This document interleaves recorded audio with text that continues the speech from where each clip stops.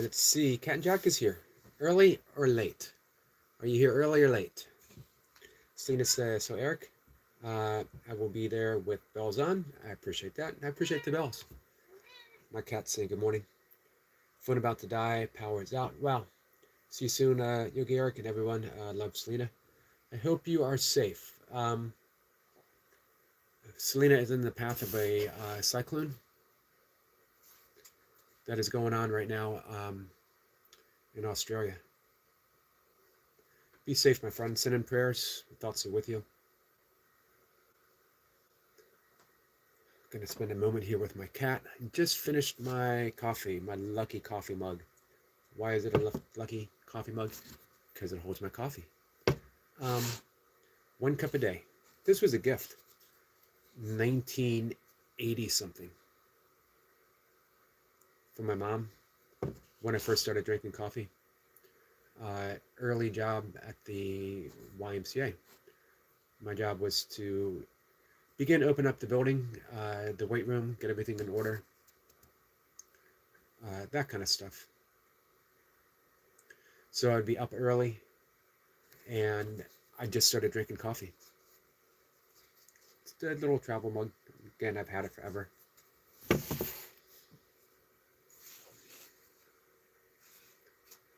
So we're going to read from A Course in Miracles. I don't know exactly what yet. But let's dive in and find out what it holds for us. Hey, Dale. Dale says, hey, brother. Welcome, my friend. Let's go to the workbook. Let's go to the lesson that I had for today. Lesson 247. This is my third or fourth time, I don't really remember, working through the workbook. You don't need to constantly practice workbook lessons. Some people only do it once. Dale says, thanks, brother. You look great. Thanks. I'm a little off today. The time change is thrown off my schedule because my phone didn't update. But I'll get by. I'm going live with Jace, I think 8:30 this morning.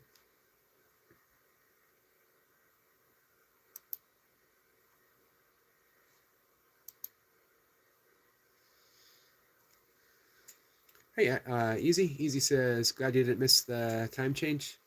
Yeah, it did throw me off the schedule a little bit. I just, usually I'm done my coffee. My writing is up and posted. I have a few minutes to just sit and relax before I go live. This morning I was finishing my coffee as we went on. I did get my writing in. I did get my meditation. I did get my first round of yoga in for the morning. Let's see.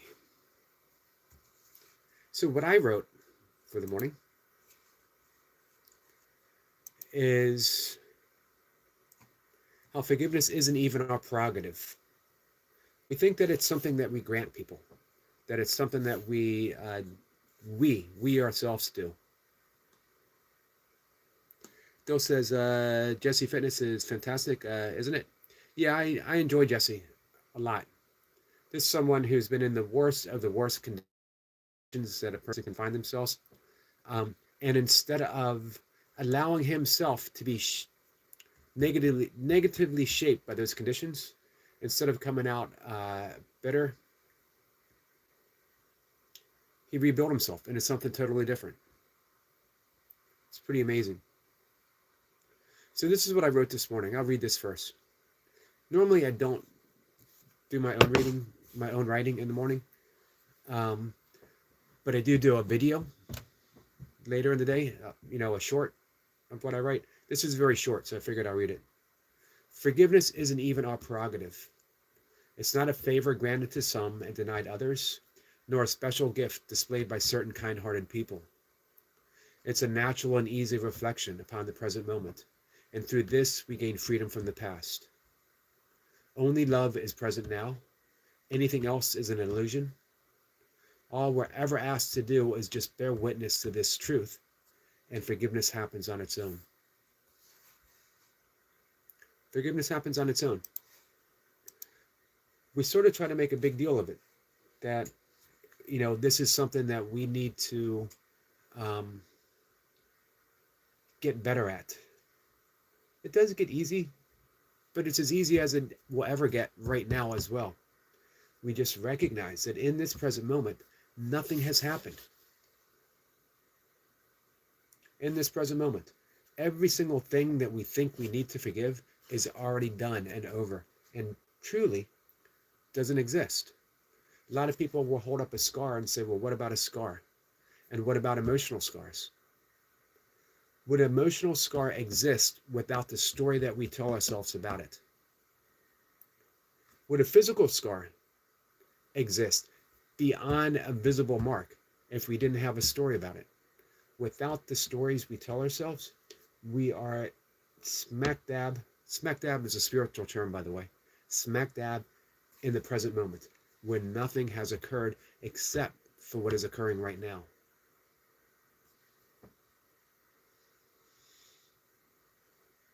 Dill says, you look good yourself. Thanks.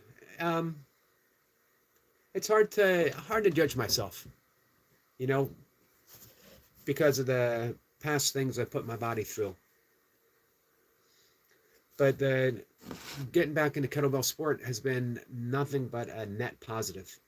It's difficult, but man, swinging around some heavyweights for me, and literally swinging, has been a big change. Let's see. Jackson said, did you ever do meth? Hey, Amy. Well, Jackson, I'm always open about the things that I've done. Although, got to be careful talking about it because you get flagged on YouTube.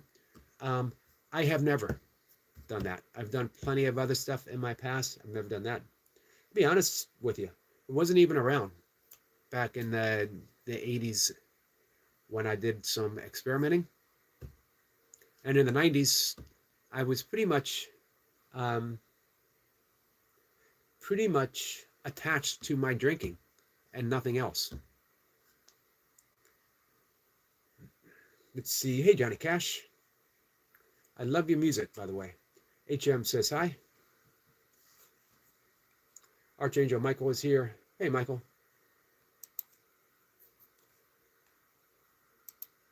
Who knows what I would have done back in those days had some things been available. But generally speaking, it's pretty harmless stuff that I did in the 80s. I traveled with going to Grateful Dead shows. Did all the stuff that Deadheads do. Happily so at the time. My regret is in those days of using plant medicine that I didn't use it more as a sacrament instead of recreational. Yeah, I agree. No inappropriate questions, except that, again, YouTube flags. I think I might have said Facebook before. YouTube flags some conversations. I like all of your songs.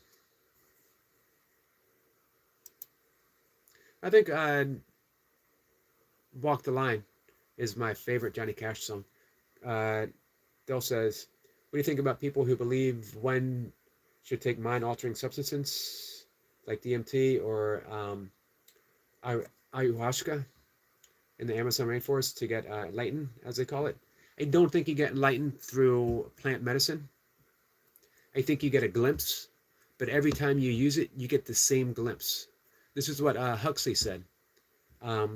It's going through the same door over and over and over again.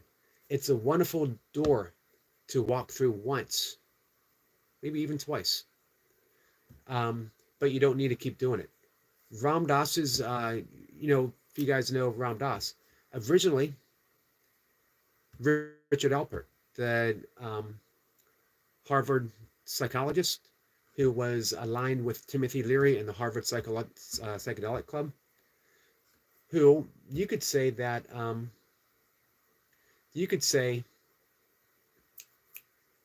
he launched the 60s. So much of the 60s would have been lost without certain plant medicines or plant medicines and things derived from them. However, after he was fired, the only person in the history of Harvard to be fired because he got tenure, he went to India. He found his guru. His guru said, "Hey, give me all your plant medicine." His guru took it, a huge, an insane amount, a heroic dose, and no effects on him whatsoever. And he basically told him, "You don't need it. Meditate. Go through the gate and stay there." The gateless gate, as they say in Zen.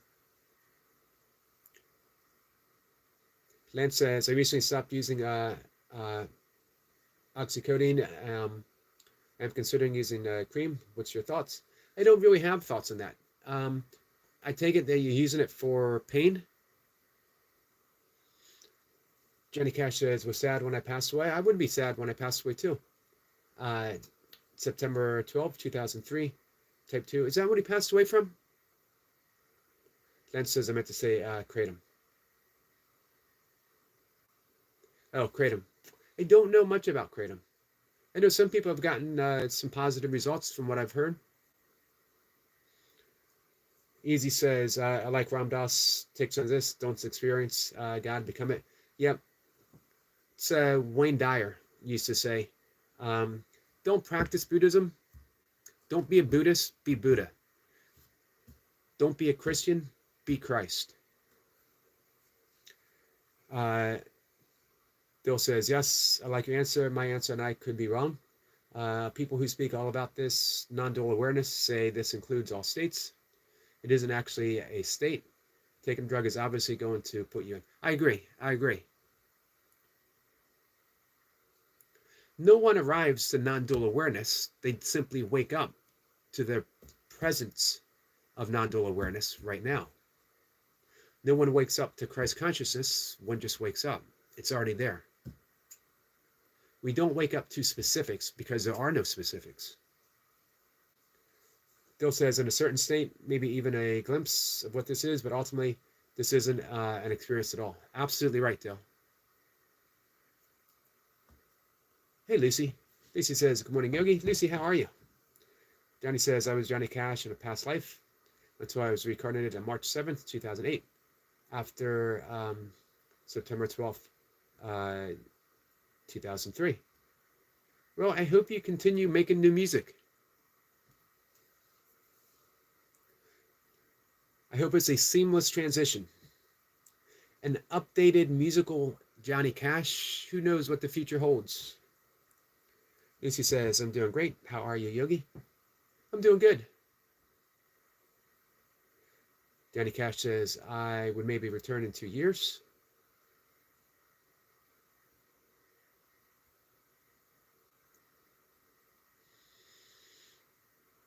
Well, welcome back, Johnny Cash.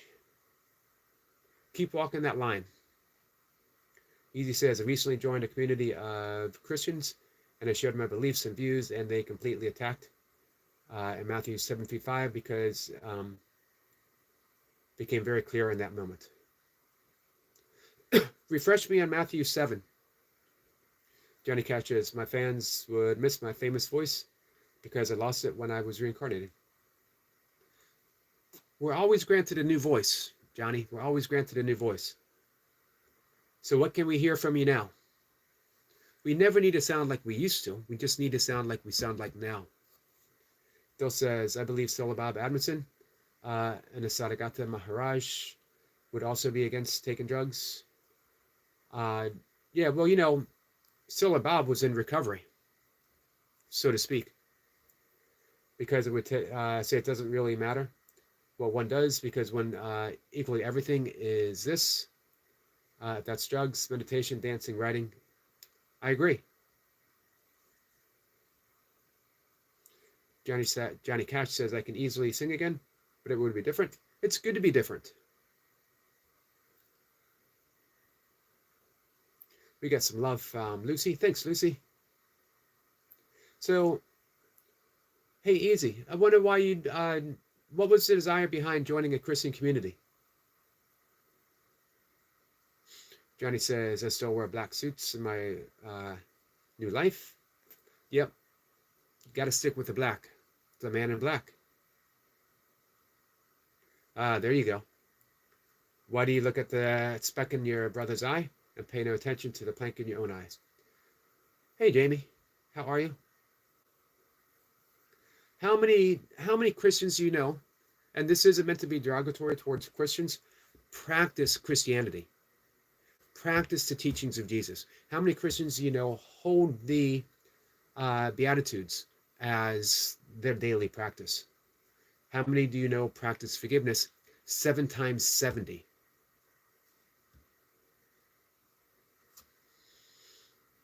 Which is just a term for infinite. How many times do you forgive? Infinitely. What about when Jesus was asked the 2 greatest commandments? Love God. Love others as you love yourself. Treat others as you would love to be treated, as you wish to be treated. Paraphrase, of course. Bill says, what do you think about people who do what they call sun gazing? The idea that if one looked at the sun, one again becomes enlightened, as some call it. Are they just damaging the eyes? They're just damaging the eyes. You can become enlightened by taking a sip of water.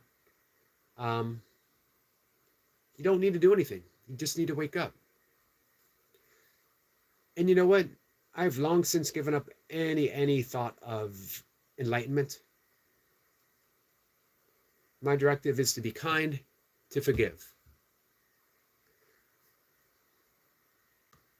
I always love, Easy says, not a single one. Yeah, I agree.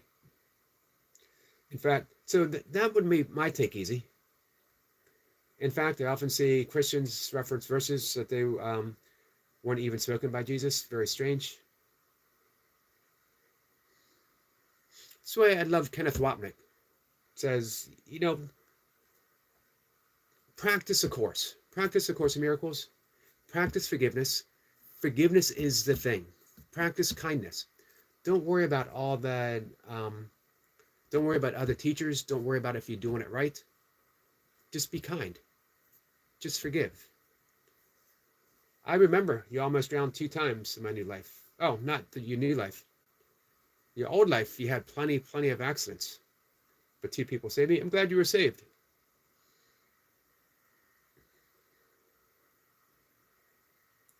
I never understood why Christians are so worried about the social warfare.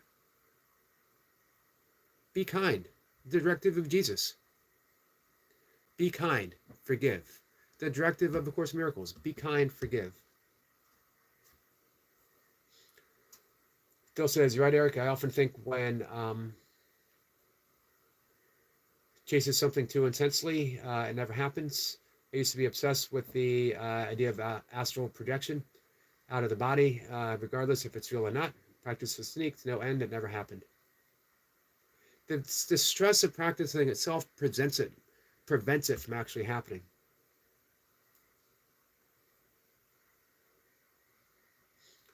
Easy says, I joined that community because the Sermon on the Mount changed my life. And after opening my mouth, I was called a heretic. Can you believe that? Yes, I can certainly believe it. Phil says, I still don't know if it's real or not, but I imagine it's not important. It isn't. Where would you ever go? If you can't be here in the present moment, what's the sense in being anywhere else, astrally or otherwise? Johnny says, I've been on this earth for 500 years. 500 thousands of years. Wow. But I have been Adam from the Bible and Alexander the Great and Moses and George Washington and Captain Edward Smith. Who was Edward Smith? And Johnny Cash. What was your favorite? I think out of all of those, I'd pick Johnny Cash over anyone else.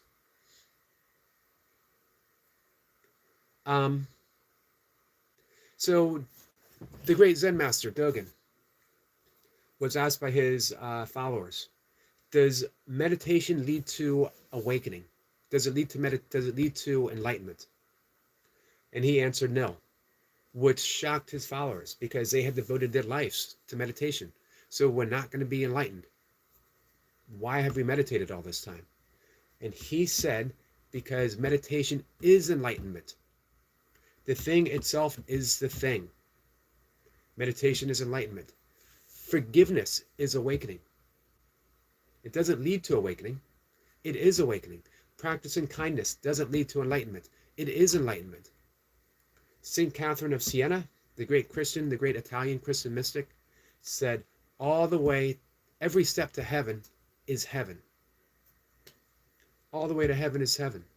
Imagine that. You don't need to do something. You don't need to astral project anywhere. You don't even need to read the Bible. You don't even need to read A Course in Miracles. You don't need to listen to me. Just be kind and forgive, and everything will come to you that you need to foster whatever it is that needs to be fostered. Hey, Foxy. How are you? Good morning. Dale says, I've spoken to at least 2 people who have said that they have out-of-body experiences, and they seem genuine, but I just don't think it's what they make it out. Surely it would have been proven if it's a real phenomenon. How would it be proved? Foxy says, how are you, Yogi? I'm doing pretty good, Foxy. Anton says, hey, Eric and everyone. Anton, how are you? Let's see. Johnny says, my real self is Archangel Michael. It's a pretty lofty position, Archangel. When are you coming home, Foxy? Foxy says, I miss my dogs. I know they miss you too.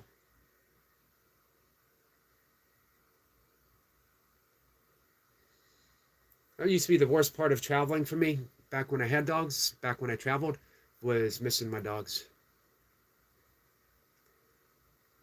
Foxy says Wednesday. Okay, that's not too far. Today's Sunday. A little over 3 days. Lucy says, so Anton. So I love how the Course in Miracles talks about hierarchy of illusions. We believe there's a hierarchy of illusion, that doing this and we will escape the illusion. Doing something else and we will escape the illusion. One more meditation technique, one more esoteric practice, one more truth within the illusion will bring us to the ultimate truth. One more anything, one more practice, one more secret breathwork technique, one more release of the root chakra, whatever. It's a hierarchy of an illusion. Illusion is an illusion, is an illusion, is an illusion. To wake up, we practice forgiveness, we practice kindness. It takes you all the way there. Do you know why? Because true forgiveness has you, it'll circumvent the ego. The ego never wants to forgive. It only bargains. It only negotiates. I will forgive you when I'm ready. I will forgive you when I believe that you've earned it. I will forgive you when you've suffered enough, when I believe you've suffered enough. But when you forgive as directed by the Holy Spirit, which is our connection to Christ consciousness itself, Krishna consciousness, we bypass the ego and we say nothing ever actually happened, which means we are in the present moment. In the present moment, nothing has happened that is a story. Remember, forgiveness, the wonderful saying, forgiveness is giving up all hope of a better past. You're never going to have a better past. Johnny says, when Jesus returns, I will be next to him. I'd like to think that we all would. Or I'd like to think that maybe you'll save us a place in line.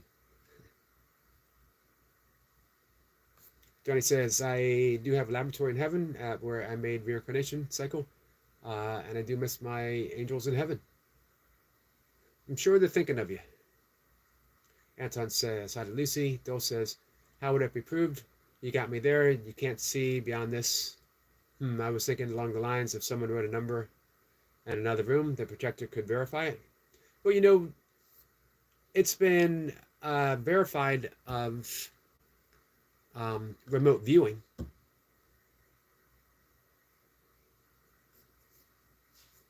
The thing is, if we go by the observer effect and the observer bias, that it's only going to play out in the bias that an observer has, um, how can we trust anything? Even our own experiences, for that matter. This is why, I always get people who come in and want to talk about certain esoteric stuff, and it's interesting, but ultimately, it's still part of the illusion.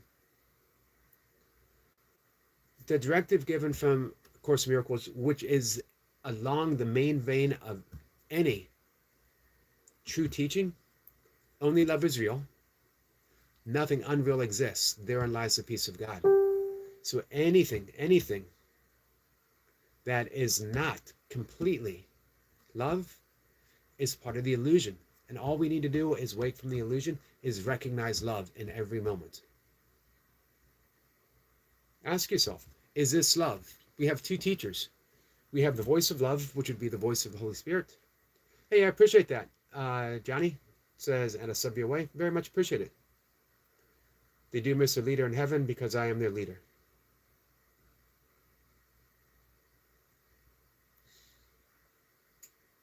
Well, I hope you are in no hurry to going back to your leadership role. Take your time here in this carnation. Enjoy. Help people. Be kind. Teach people how to love. Johnny says, I still can feel my wings on my back.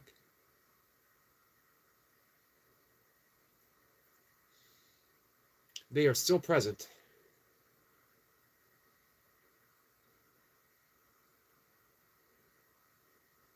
Let's see. Bill says, if I remember correctly, in the book I Am That, by Maharaj, someone asked him about the subtle body and projecting. He didn't outright dismiss it and say it's a thing, but he didn't insist. He doesn't have thought about it either way. It's the same reason why Buddha didn't talk about God. He was asked about God, and his reply was silence, which people took to mean that he was an atheist. But it's not necessarily so. Buddha says he teaches one thing and one thing only: suffering and how to escape suffering. That was it. So, why talk about anything else? As soon as you talk about God, and Course in Miracles says, we say God is, and then remain silent, because anything else is a story of God and not the actuality of God. Silence is the truth of God. Easy says, who knows, maybe I'm a heretic. Not if you're practicing the Sermon on the Mount.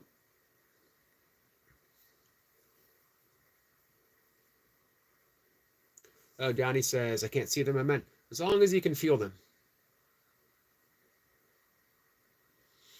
Bill says, I do believe the CIA got involved with remote viewing at one point. Yeah, they did. It's the CIA who launched the 60s because they did experiments with mind-altering substances. And those people who did some of those experiments, Ken Kesey became the leader of the Merry Pranksters, who drove the bus from Palo Alto, California to Princeton, New Jersey, with the house band, the Merry Pranksters, who later became the Grateful Dead. And the driver of the bus was none other than Neil Cassidy himself, who was the hero, the protagonist in Jack Kerouac's On the Road. I'm Facebook friends with George Walker. George Walker was a Merry Prankster. Also Facebook friends with Ken Babbs. George Walker was the last person to be with Neil Cassidy on the railroad tracks in Mexico on his unfortunate and ill-timely passing.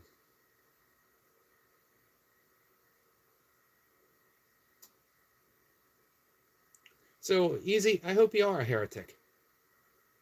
I don't want you to be a true believer. I want you to be a easy and natural practitioner of love. Don't worry about being a good Christian. Practice being Christ-like. Hey, Carl. Good morning. We're just about to wrap things up. You guys know what time it is. It's oatmeal time. I'm going to go out and take a walk. My regular walking time will be 1 hour before the sun comes up because of the time change, which means it's going to be less opportune for filming some nature, but it also means that I will be out when the sun makes its first appearance, so right before.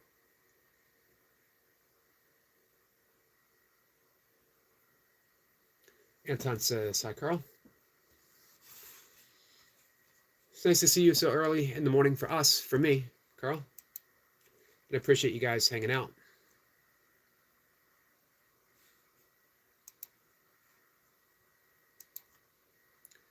Carl says hi to Anton, my friend.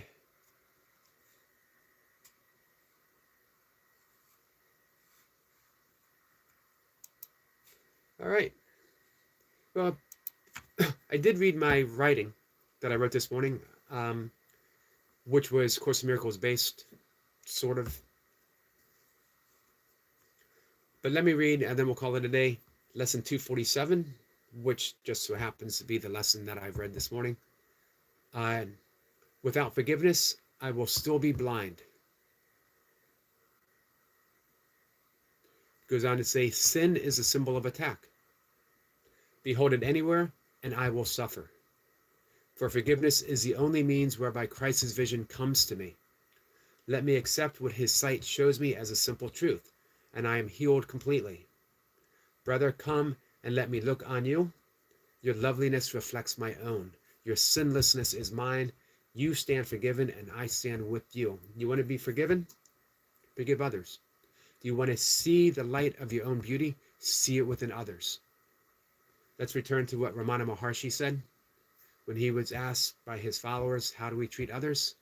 And he smiled and said, there are no others. With that, guys, I'll see you later today. I will be live 1 o'clock. And, again, 5:25. Oh, I'll be live with Jace on Jace's channel. 8:30 Central Eastern Time. Nope, Eastern Time, not Central Eastern Time. Anton says, bye, everyone. Hey, Anton, thanks for hanging out. Pancakes with syrup and coffee, that's a good breakfast. That is my go-to brunch right there. Back when I was doing brunch every day with Mocha. Hey, I don't know what that flag is for. But salute to you, my friend. Dill says, good stream, brother. Thanks, Dill. Thanks for making it a good stream. I always appreciate the conversation. Yeah, back when Mocha and I, every Sunday, would go to brunch together, no matter what was happening in our lives. It was pancakes with maple syrup, of course, organic, all-natural maple syrup, and endless cups of coffee. Get a thumbs up. Thanks. Thumbs up to you. You guys have a good day. I'll see everyone later. Love you guys.